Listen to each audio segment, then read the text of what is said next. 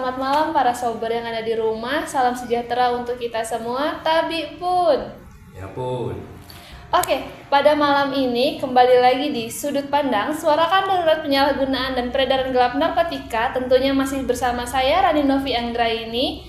Dan pada malam ini kita sudah kedatangan tamu yang tentunya sangat spesial, dan warga Kabupaten Tanggamus ini kayaknya sering lihat nih Bapak ini sering berseliweran di BNN Kabupaten Tanggamus. Ya, mungkin sudah tidak asing lagi dengan Bapak yang ada di sini. Karena beliau juga tahun lalu sudah pernah mampir nih di podcast kita, betul ya Pak? Betul. Iya. Oke, nggak usah berlama-lama sober, silahkan untuk Bapak memperkenalkan diri. Oke, terima kasih Mbak Rani. Izin memperkenalkan diri dulu. Nama Dian Eko Prasetyo, sarjana keperawatan. Kebetulan saya adalah pegawai di BNN Kabupaten Tanggamus. Jabatan terakhir sebagai fasilitator rehabilitasi di tim kerja rehabilitasi BNN Kabupaten Tanggamus. Oke, sebagai fasilitator rehabilitasi ya Betul. Pak.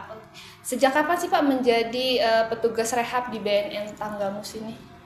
Kalau kita berbicara tentang sejak kapan, sebenarnya saya dari pertama kali masuk ke BNN di tahun 2024 sudah sering berkecimpung di bagian rehabilitasi. Cuman untuk secara benar-benar terjun ke lapangan untuk bagian proses rehabilitasi itu dimulai di tahun 2022. 2022. Oh, berarti sudah mateng ya sober kalau soal rehab-rehab ini. Kalau untuk seseorang nih Pak, apa sih sebenarnya yang terjadi pada tubuh manusia ketika mengkonsumsi narkoba, terutama pada otak dan juga mental seseorang? Kalau kita berbicara tentang apa yang terjadi pada tubuh manusia untuk para pecandu atau penyalahguna narkoba, itu adalah yang diserang adalah sistem dopamin yang ada di otak. Sistem dopamin itu adalah zat kimia otak atau neurotransmitter yang berfungsi, dia menciptakan rasa rasa senang, rasa menimbulkan motivasi, rasa menimbulkan dia kegembiraan, kesenangan yang berlebih. Dan itu yang diserang narkoba dari situ. Sebenarnya di dalam otak manusia itu ada yang namanya dopamin sudah ditakar sesuai dengan kebutuhan setiap masing-masing individu. Tapi terkadang kita manusia ada rasa kurang bersyukurnya satu. Yang kedua, terkadang manusia itu terutama remaja itu masih banyak atau masih mempunyai keinginan yang kuat untuk dia coba-coba. Kemudian rasa ingin tahunya juga tinggi. Jadi gimana caranya mereka bisa melampiaskan atau bisa memenuhi kebutuhan itu dan tidak ada arahan dari yang lingkungan atau keluarganya, akhirnya narkoba itu bisa masuk ke tubuh mereka. Nah, itulah sistem. Oke, tapi kalau untuk di mental seseorang itu sendiri gimana Pak? Kalau dari mental, dari sisi mental itu tadi kan yang diserang dari sistem otak ya. Jadi kalau sistem otak sudah diserang, dari fisik dan mental itu pasti berpengaruh. Terutama yang bisa dilihat secara kasat mata adalah dari bentuk fisik atau dari perubahan pola hidup, itu dari fisiknya sudah kelihatan. Nanti kalau sudah kelama-lamaan terus dia sudah mulai ketergantungan segala macam, itu biasanya dia sudah menyerang ke ranah mental. Oke, jadi itu terjadi pada otak kita karena dopamin kita itu yang berlebih gitu Pak ya. Betul. Oke, jadi untuk remaja-remaja ini yang lebih banyak karena dia ingin taunya itu lebih juga gitu. Pak Dian, ini kan di luaran sana nih masyarakat mungkin masih banyak yang bertanya-tanya, proses rehab ini sebetulnya diberikan obat atau enggak sih? Oke. Kalau proses rehab dikasih obat atau enggak itu tergantung, semuanya tergantung dari kondisi klien tersebut. Nah, jadi kalau kita berbicara proses rehab itu kan ada dua ya, rehabilitasi rawat jalan dan rehabilitasi rawat inap. Nah, kalau rehabilitasi rawat jalan itu hanya sebatas konseling. Jadi gimana caranya petugas rehabnya atau konselornya itu bisa menggali dan bisa membedah permasalahan dari klien tersebut, sehingganya klien itu bisa menyelesaikan masalahnya yang menjadi pemicu dia dalam proses kemarin penyalahgunaan narkobanya. Dan yang kedua itu ada rehabilitasi rawat inap. Nah, rehabilitasi rawat inap ini adalah dia akan diatur sedemikian hingga dari bangun tidur sampai dengan tidur lagi itu akan diatur semua pola hidupnya, gitu ya. Dari dia sholat 5 waktu akan diatur disiplinnya, kemudian dari setiap makannya diatur, kemudian nanti pada saat dia ada seminar, ada pelatihan-pelatihan yang bisa diikuti selama proses rehabilitasi rawat inap. Nah, terkait dengan obat tadi sebenarnya itu tergantung dari kondisi badan klien tersebut. Sehingganya kalau kita berbicara obat itu tidak ada obat khusus untuk pecandu narkoba.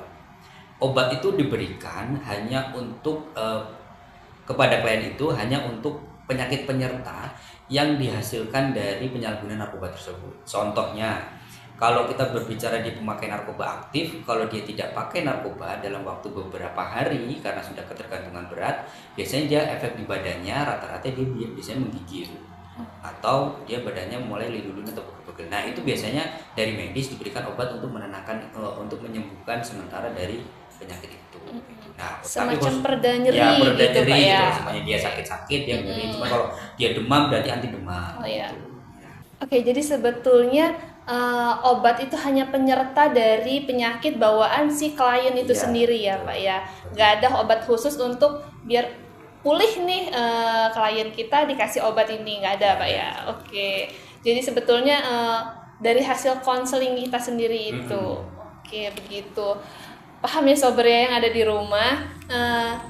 Selanjutnya Pak, kan ini masyarakat banyak sih mungkin yang bertanya-tanya juga gitu ya.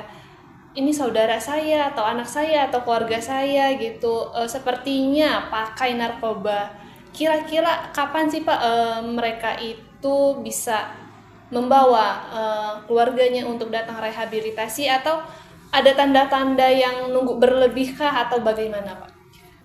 Kalau kita bicara kapan pecandu atau penyalahguna itu dibawa untuk proses rehabilitasi, itu sesegera mungkin.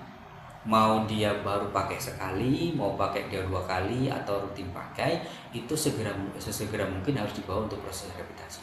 Tapi terkadang semua itu punya kendala dan punya hambatan. Dan kalau seumpamanya kapannya itu kan semua tergantung dari individu masing-masing. Terkadang mau dibawa dia ini nggak mau. Iya, Nah, betul. kalau dia nggak mau kan sebenarnya Repot ya, percuma. Pak. Betul. Kita sudah capek-capek, keluarganya udah capek-capek membawa dia, tapi dia ini nggak mau rehab, ya percuma. Iya, karena sebetulnya rehab itu datangnya dari diri sendiri, Iya, betul. dari kemauan si klien itu sendiri ya Pak. Kalau misalnya mereka nggak mau juga, repot juga, Repot prosesnya juga nggak akan kita. selesai Prosesnya juga. nggak selesai. Oke, jadi memang harus dari klien itu sendiri harus mau, dan nggak boleh tunggu ada tanda-tanda Iya. yang bagaimana ya sober ya, atau tanda-tanda yang tidak boleh diabaikan. Semua tanda-tanda itu nggak boleh diabaikan gitu, karena kalau memang sudah ada pola hidupnya yang berubah, Iya, betul. bisa langsung kita cek gitu Pak ya. Nah, pertanyaan selanjutnya Pak, masih dengan konteks masyarakat nih.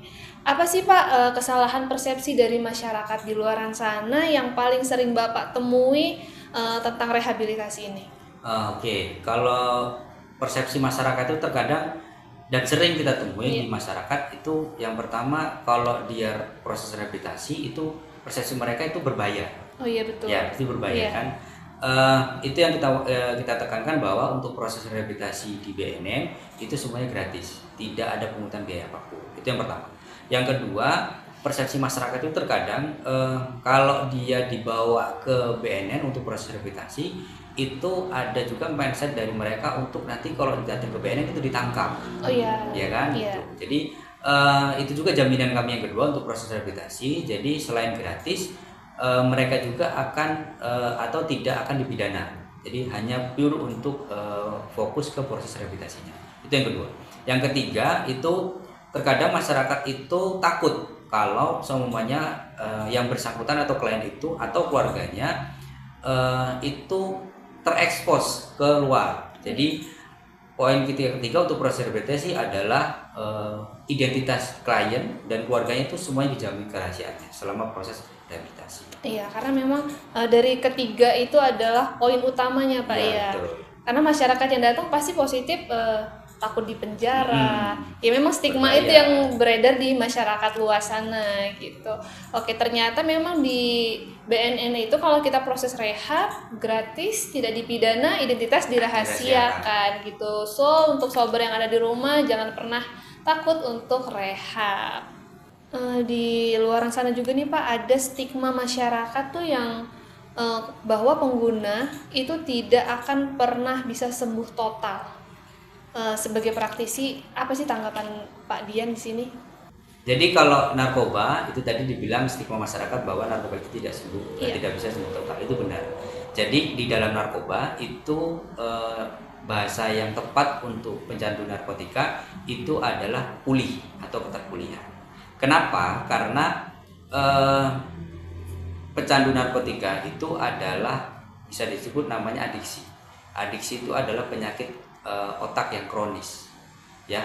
Penyakit otak kronis itu tidak ada yang namanya sembuh, ada yang namanya pulih. Kenapa? Karena di dalam otak itu bahasanya setiap narkoba yang masuk ke dalam otak itu dia merusak struktur dan fungsi otak, kemudian juga merusak memori yang ada di otak. Dan keterpulihan atau mengembalikan fungsi otak itu ke semula itu perlu proses yang sangat-sangat lama. Jadi terkadang prosesnya itu belum selesai sampai dengan kembali ke seperti semula, tapi faktor pemicu dia untuk memakai atau menggunakan narkoba lagi itu terkadang muncul lagi, dan itu yang dinamakan relapse. Jadi dapat disimpulkan bahwa narkoba itu tidak ada yang sembuh. Yang dibilang saat ini adalah narkoba adalah pulih, dan rehabilitasi itu adalah mempertahankan proses pemulihan itu sampai kapanpun untuk para pecandu narkoba. Oke, jadi berhubung syaraf-syaraf otak ini tadi Iya. sudah mulai terkena Pak ya, jadi itu nggak mungkin untuk sembuh total Dalam waktu gitu, yang- tapi dia hanya untuk pulih dalam waktu yang cukup lama itu juga. Pemulihannya agak cukup lama. Cukup lama, dan itu juga harus dibantu dengan diri kita yang benar-benar tekad. Betul. Iya, kalau kita nggak bertekad untuk pulih, untuk sembuh, itu bisa relapse lagi ya Pak. Betul. Salah satu tantangan nih Pak, kan ada saat menangani klien itu biasanya ada yang masih denial. Bagaimana sih Pak menanggapi ini? Kalau denial atau dia agak menyangkal, sebenarnya itu adalah keterampilan dari petugas rehabilitasinya atau konselornya. Gimana caranya petugas ini bisa membawa atau bisa mengarahkan klien ini untuk benar-benar dia membuka semuanya permasalahannya, sehingganya klien itu tidak ada lagi denial atau menyangkal bahwa dia ini tidak pakai. Nah, itu adalah sebuah keterampilan dari petugas kami, gimana caranya mereka bisa membuat klien ini bisa benar-benar terbuka, sehingganya proses rehabilitasi itu nanti berjalan dengan baik. Oke, intinya harus ada pendekatan Pak, Betul, ya? pendekatannya Antara ya. konselor dengan juga kliennya. Bagaimana cara kita untuk terus menggali informasi dari Betul. klien gitu. Seseorang ini kan dapat pulih dari ketergantungan itu karena adanya peran keluarga Pak ya. Betul. Seberapa penting sih Pak peran keluarga itu dalam proses pendampingan rehabilitasi ini? Peran keluarga itu sebenarnya sangat penting sekali ya untuk proses pemulihan atau proses rehabilitasi bagi klien. Jadi keberhasilan atau yaitu keberhasilan dalam proses rehabilitasi bagi para pecandu narkotika itu sebenarnya tergantung dari 3 hal. Yang pertama adalah diri sendiri, dari badan klien itu sendiri, dia harus mau dan mampu untuk proses rehabilitasi. Terus yang kedua, peran keluarga. Peran keluarga itu sangat penting. Karena kenapa? Keluarga adalah orang terdekat dari klien atau pecandu narkotika ini yang tahu kebiasaan dari klien tersebut, dari dia bangun tidur sampai dengan tidur lagi, kebiasaan baiknya seperti apa, kebiasaan buruknya itu seperti apa, itu keluarga yang tahu.